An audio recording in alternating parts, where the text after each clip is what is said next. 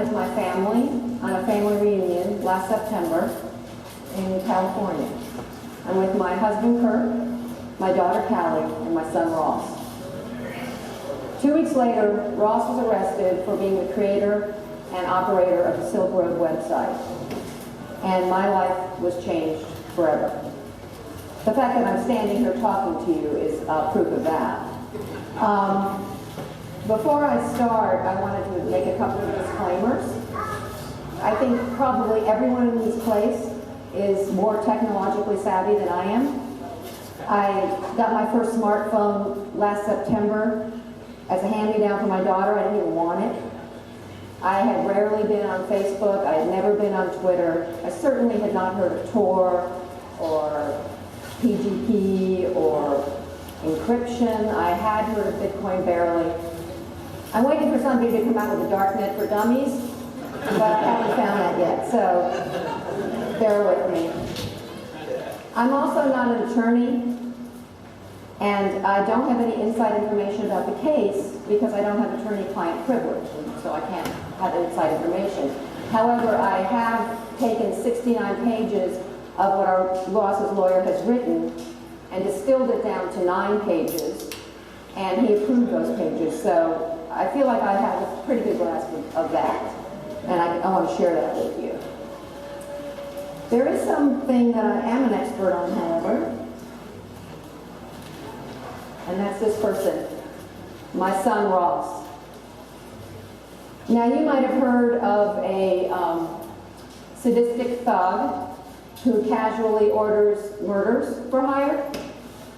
I don't know who that person is, or even if he actually exists, but I do know that it is not my son, Ross. Yeah. Ross is, by the way, he doesn't talk like a character in a bad cop show. Ross is kind, compassionate. He's one of the most non-violent people you'll ever meet. He loves life. He has very high standards, and he lives by those, even when it's hard. He's known for his integrity, his honesty, his trustworthiness. He's very intelligent, but he's also, and he's never arrogant about it, but he's also a lot of fun, loves to play, very enthusiastic about life. Here he is getting ready for a backpacking trip. Ross loves being outside. He hasn't been outside in 9 months. I know he would just love being here with you guys and camping and having great talks. All week I've been thinking, oh God, I wish Ross were here. He would just love this. Ross also is someone who has time for everyone, no matter their age, their status, their wealth or lack of it, their education or lack of it. He just treats everyone as an individual and always makes time for them. I read an anecdote in the New York Times about him, actually, where he and a friend, his roommate from San Francisco, were walking down the street, and suddenly Ross was running off. And he looked up and saw him helping an old homeless woman across the street. And that does not surprise me a bit. That is very typical of something Ross would do.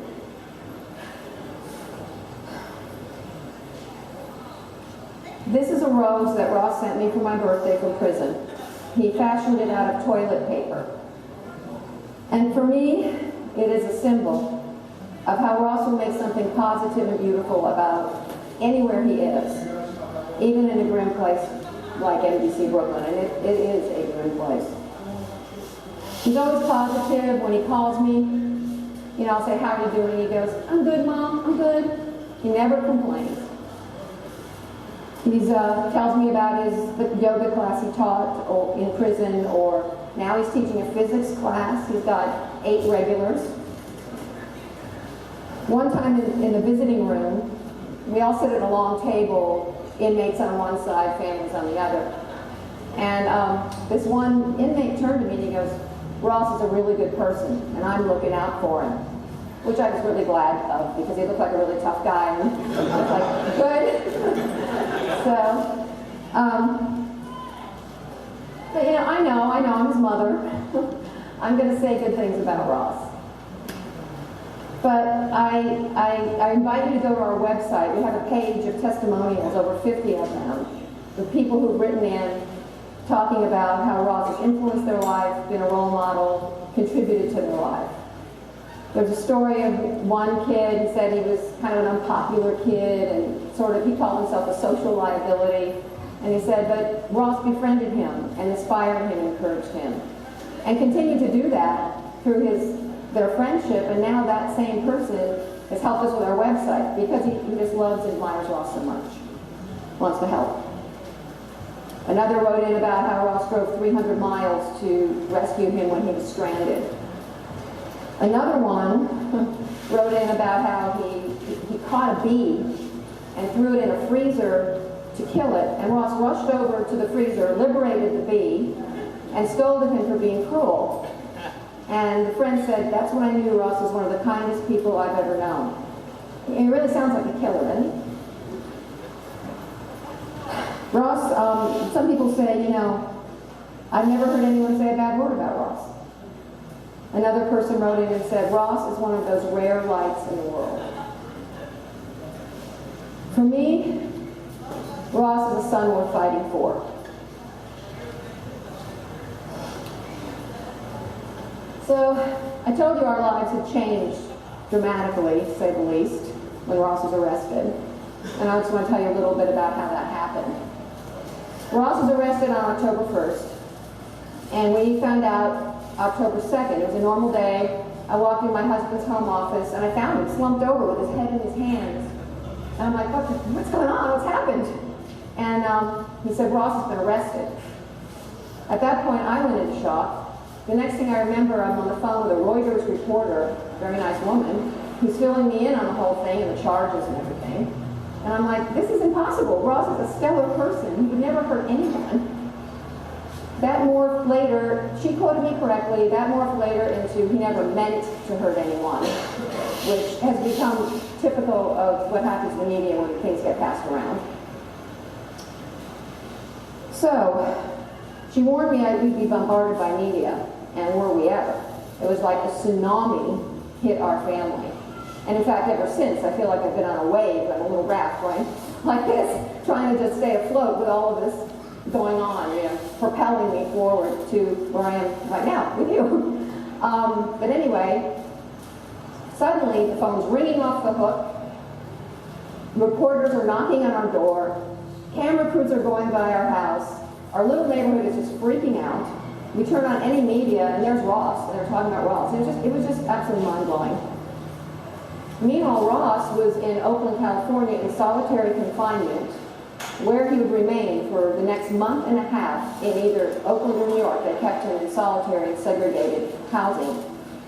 This is someone who has no prior record of anything, certainly no violence. A month and a half in solitary. Anyway, in all the craziness and chaos, we realized our priority needed to be to find Ross the best possible lawyer. And we got a lot of recommendations, 2 of whom were dead. So, you know, it was kind of hoping for a lawyer that was alive. But anyway, and one name kept coming up, and it was Joshua Draytell. And we'd also reached out to EFF, and they got back to us. They were helping us find someone that will work with us financially because, contrary to what you may have heard, we're not rich, we have no hidden wallet, we have no Bitcoin. Ross has absolutely nothing. He relies on us to donate to his commissary so he can eat well. So they were trying to find a lawyer that would be flexible and work with us that way, and they called back and said, we have someone who will talk to you, it's Joshua Draytell.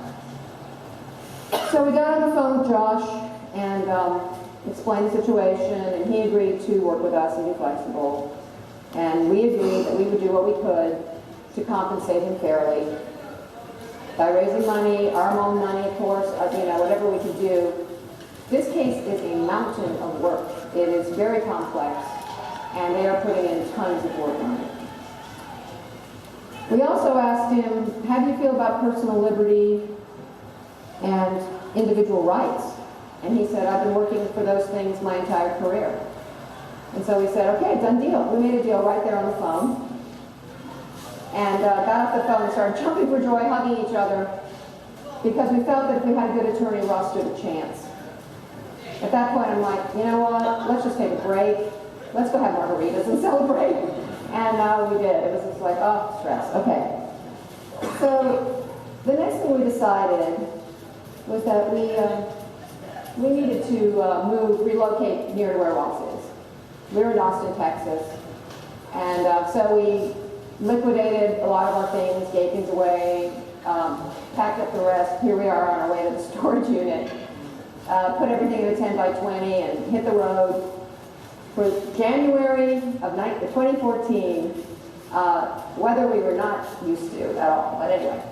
And Ross headed for this cozy place in Brooklyn, NBC Brooklyn. Guys, it's a transitional facility. Guys that come here from prison go, I want to get back to prison. This place is really dumb. I mean, it's pretty grim. And our next priority became raising bail to get him out of there. And we were hopeful, you know, murderers, rapists, child pornographers, all kinds of violent people get bail every day of the week. We figured we had a chance. In addition, we got over 70 letters attesting to Ross's character to present to the judge. This was a record number. Our attorney in his career had never seen so many. And in addition to that, 27 people, not wealthy people, stepped forward and pledged houses, business equity, life savings, money, property, pledged that towards Ross's bail. And we raised $1 million in pledges.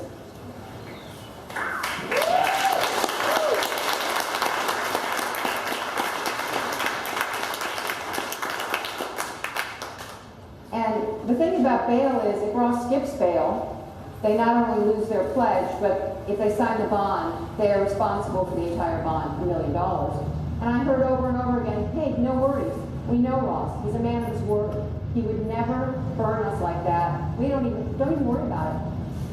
We're not even concerned. It says a lot about who Ross is. So we went into the bail hearing hopeful and got our first case of how the prosecution operates. What Josh said is that they operate by ambush. They wait until the last minute and then present whatever they're going to present, which deprives the defendant of an opportunity to rebut. No rebuttal. And that's what they did. There were 2 murder for hire charges out there, and the night before bail hearing, they submitted 4 more to Joshua Draytell, who had no opportunity to discuss them with Ross or anything. Then what happens in a bail hearing is each side submits its written information. And then they have an opportunity for oral arguments, just to supplement, not to rehash what's in there. Well, the prosecutor, Sarah Turner, apparently did not get that memo. And he went on to put on quite a performance and was admonished by the judge 4 times and just continued on. And he looked over at Ross, who was sitting peacefully. When he saw Ross, and he was this very peaceful, tranquil person, and he goes, that man is dangerous. That man is a Dr. Jekyll and Mr. Hyde. That man's family doesn't know him. He's dangerous. I mean, I'm talking a real performance. And he's playing to the room. It's full of media. Well, they reported it. Suddenly Ross all over the world is dangerous, deprived of bail. And yet, 2.5 months later, that same prosecutor in court in New York at Ross's arraignment did not indict him for 1 single charge of murder for hire. Now, if it's serious enough to deprive a man of bail, and serious enough to be so dangerous, why didn't he indict him for it? Don't know. They did mention it under another count of narcotics trafficking, what's called an uncharged crime. Now, I never knew that this thing existed, because I figured if it's crime, you charge. If it's not a crime, you don't charge. But it's an uncharged crime. It conveniently does not require any proof, and it just sits there, not part of the indictment. There is another indictment that was there from the beginning in Maryland. They're not doing much with that right now because it's all being handled in New York. I expect it to go the way of the others personally. So, Another obstruction by the prosecution that we have suffered is that at that same arraignment, the judge is very concerned that Ross get access to evidence and be able to take part in his own defense and participate in what's called discovery. And that means they have to submit the evidence to Ross, and they have on 2 CDs. However, that was February. By the time I left for here, 5 months later, he did not have a laptop with software that could read it. No access. He actually did call me while I was here and said, well, I finally got a laptop. Now we're not sure if he's going to have time, if they're going to allow him time in the prison to read it, and we may have to go back to court for that. You know, this is not a basketball game where you run out the clock and so your opponent can't score. This is a man's life and his liberty. And his trial date is November 3rd, and time's a wasting. And this is what's going on. He should have had that laptop with and be able to read his discovery a long time ago. So after the indictment, what happens is the defense gets to challenge the indictment. And our lawyer submitted 50 pages of pretrial motions that do that. And another lawyer on his blog said, what these motions reveal is the inadequacy of existing law to understand, define, or stay apace with technology. And I think I can show you in this talk that this case is a lot more about Ross than about just Ross and Silver.